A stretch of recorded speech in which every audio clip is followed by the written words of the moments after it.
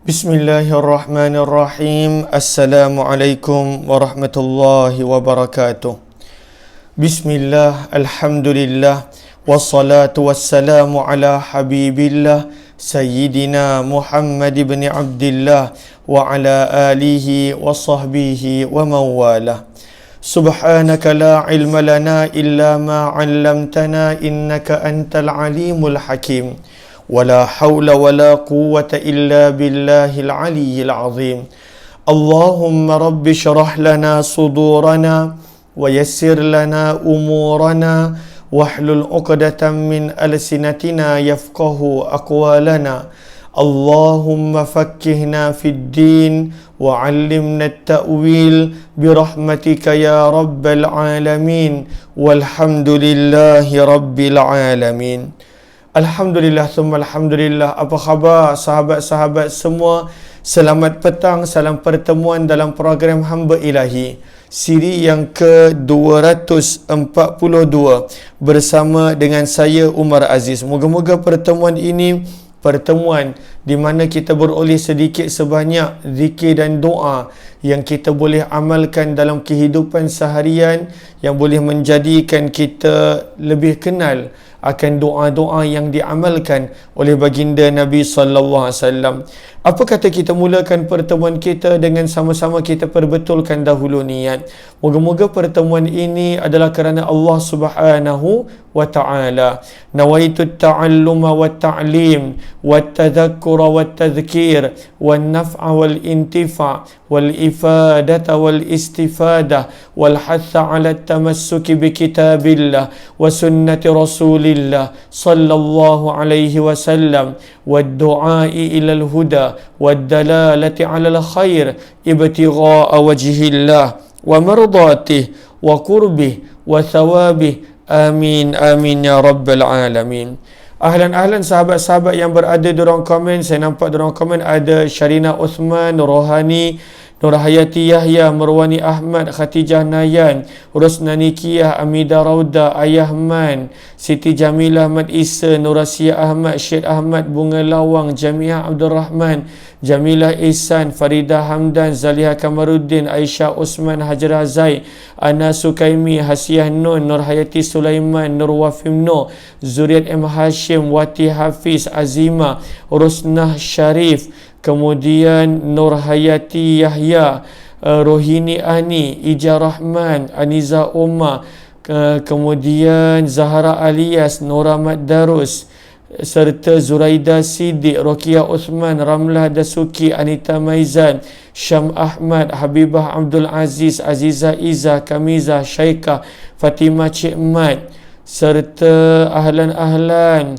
Safiyah Sapian, Asna Darus, Saadiyah Hasan, Hani Nani, serta ahlan-ahlan Ayu Muhammad, Yaya Lia, Rozana Aziz, Rohayati Uthman, dan juga Samsarina Saifuddin, Syamsiah Nur Hashim, Nurazia Mukhtar, Kak Aningah, Masitah dan juga Kursia. Ahlan semua. Waalaikumsalam warahmatullahi wabarakatuh. Kepada yang memberi salam, terima kasih. Kepada yang mendoakan, moga-moga doa yang sama Allah kurniakan kepada sahabat-sahabat semua. Kita berada pada muka surat yang ke-360. Muka surat yang ke-360, bab yang kelima. Mohon dia sebaik sahabat-sahabat bantu catat di ruang komen. Muka surat 360, bab yang ke-5. Pada bab ini, sebelum kita mulakan, apa kata sama-sama kita perbetulkan dahulu niat, dan kita sama-sama mohon untuk Allah jadikan ilmu yang kita tuntut, yang kita belajar ini adalah ilmu yang bermanfaat, ilmu yang menjadikan kita semakin dekat dengan Allah, ilmu yang kita boleh amalkan dalam kehidupan seharian kita, insya-Allah. nawaitu ta'alluma wa ta'lim wa tadhakkura wa tadhkir wal naf'a wal intifa' wal ifadata wal istifada wal hatha 'ala tamassuki bi kitabillah wa sunnati rasulillah sallallahu alaihi wasallam wad du'a'i ila al huda wad dalalati 'ala al khair ibtigha'a wajhillah wa mardatihi wa qurbih wa thawabih. Amin amin ya rabbal alamin. Mohon dia sebaik setiap sahabat-sahabat untuk bantu share, bantu untuk kongsi, bantu untuk sebar luas tak rakan-rakan yang lain. Moga-moga lebih ramai yang beroleh manfaat. Kata Imam Nawawi rahimahullahu ta'ala, bab yang kelima, babud du'a'i wat tadarru' wat takbir indal qital wastinjazillahi ta'ala ma wa'ada min nasril mu'minin. Kata Imam Nawawi, bab yang kelima, bab yang menceritakan tentang berdoa, at-tadarru', pada waktu itu mengharapkan dan merintih kepada Allah. Kemudian bertakbir ketika mana? Saat berperang, dan ketika mana menagih janji Allah agar Allah kurniakan kemenangan ke atas umat Islam. Maka apakah doa-doa yang boleh dibaca ketika mana peperangan? Apa dalil digalakkan untuk membaca takbir ketika mana peperangan?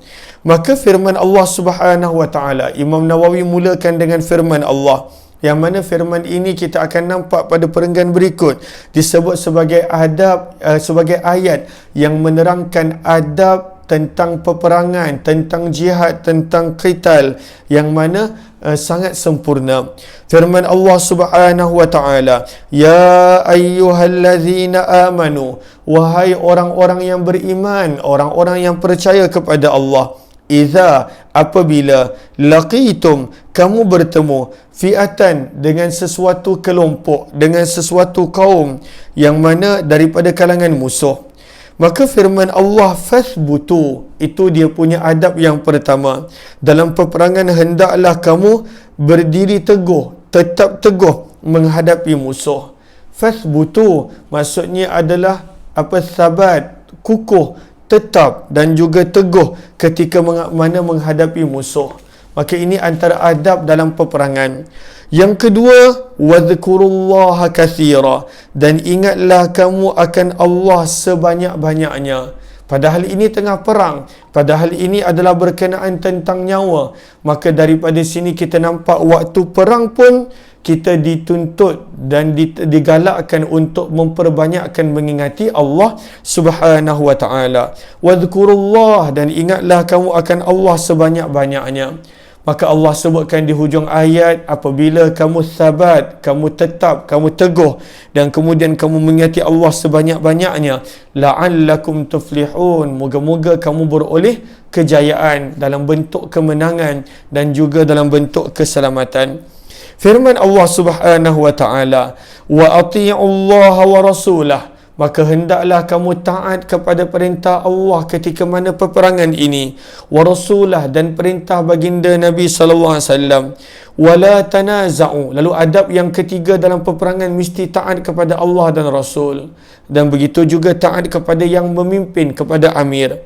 Yang keempat adabnya, wala tanaza'u, dan janganlah pada waktu itu kamu bertengkar, dan janganlah pada waktu itu kamu bergaduh, berbantah-bantah. Wala tanaza'u. Kenapa? Ketika mana sahaja kamu berbantah-bantah, bertengkar, bergaduh, fatafshalu wa tadhhaba rihukum, maka pada waktu itu fatafshalu, maka kamu akan menjadi lemah, wa tadhhaba rihukum, dan hilanglah kekuatan kamu.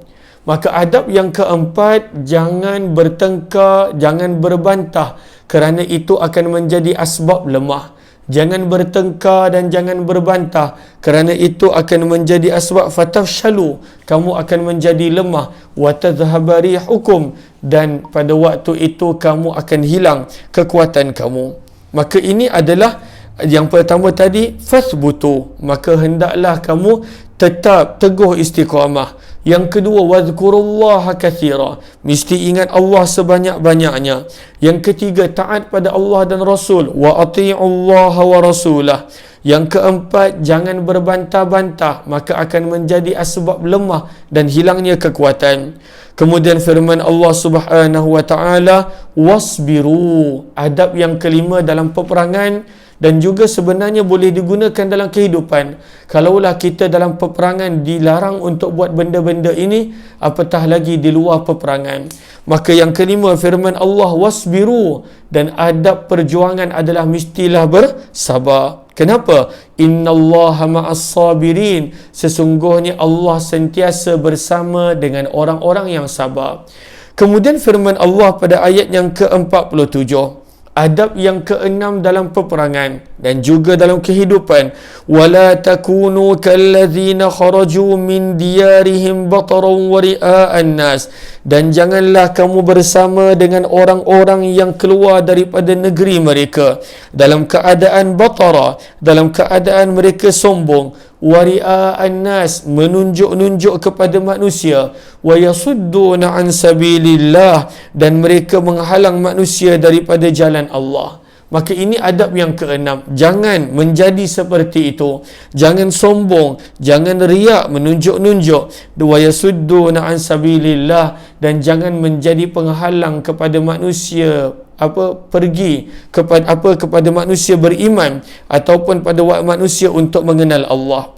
Maka ini adalah adab-adab dalam peperangan yang mana kita juga boleh bawa dalam kehidupan seharian kita.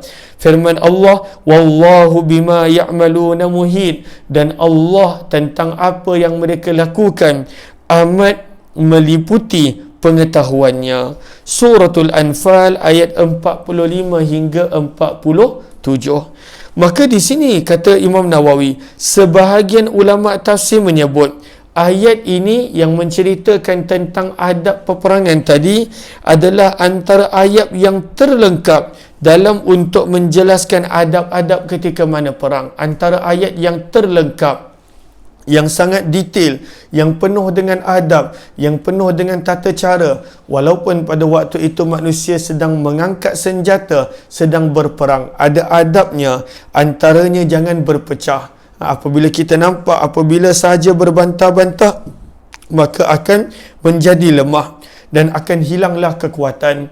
Dan inilah yang dihadapi oleh umat Islam, di mana umat Islam berbantah-bantah, bergaduh, bertengkar, maka Allah hilangkan pada waktu itu kekuatan mereka, dan daripada situ umat Islam menjadi lemah. Maka ayat ini Imam Nawawi bawakan berkenaan tentang adab ketika mana dalam peperangan. Kemudian riwayat yang ke-572, riwayat yang ke-572, kata Imam Nawawi, kami riwayatkan di dalam Sahih Al-Bukhari dan juga Muslim daripada sahabat Nabi Abdullah bin Abbas radhiyallahu anhuma.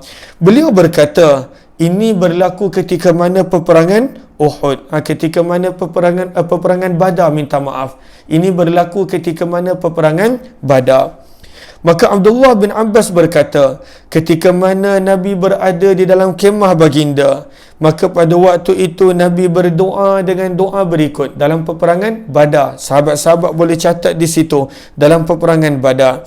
Allahumma inni anshuduka ahdaka wa wa'dak, Allahumma in syi'ta lam tu'bad ba'dal yaum. Apakah antara doa Nabi SAW?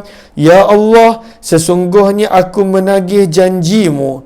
Ya Allah, jika engkau mengkehendaki, nescaya akan tidak disembah lagi engkau di atas muka bumi. Waktu bila? Dalam kurungan, kalaulah pasukan Islam ini kalah. Maka Nabi berdoa begitu, ya Allah, kalaulah engkau tidak bantu dan pasukan Islam ini kalah, dah tak ada lagi orang yang menyembah kamu di atas muka bumi ini.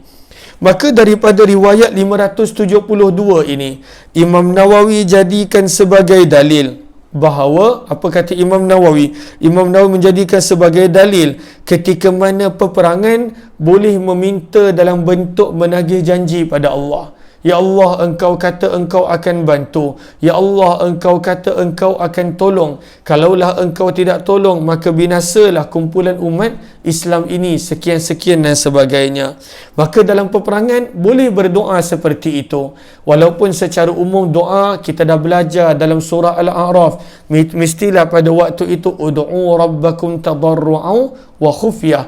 Namun ketika mana dalam peperangan boleh istinjazul wa'ad, minta Allah tunaikan janji dengan membantu umat Islam. Maka dalam peperangan boleh. Sebab itu Nabi SAW berdoa begitu, dan ia tidaklah melambangkan pada waktu itu tidak beradab ataupun tidak percaya kepada Allah Subhanahu wa taala.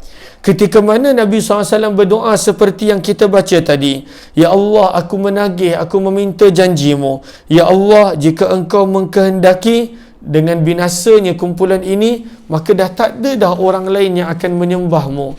Kerana pada waktu itu yang ada, kebanyakan sahabat-sahabat semuanya berada dalam peperangan Badar.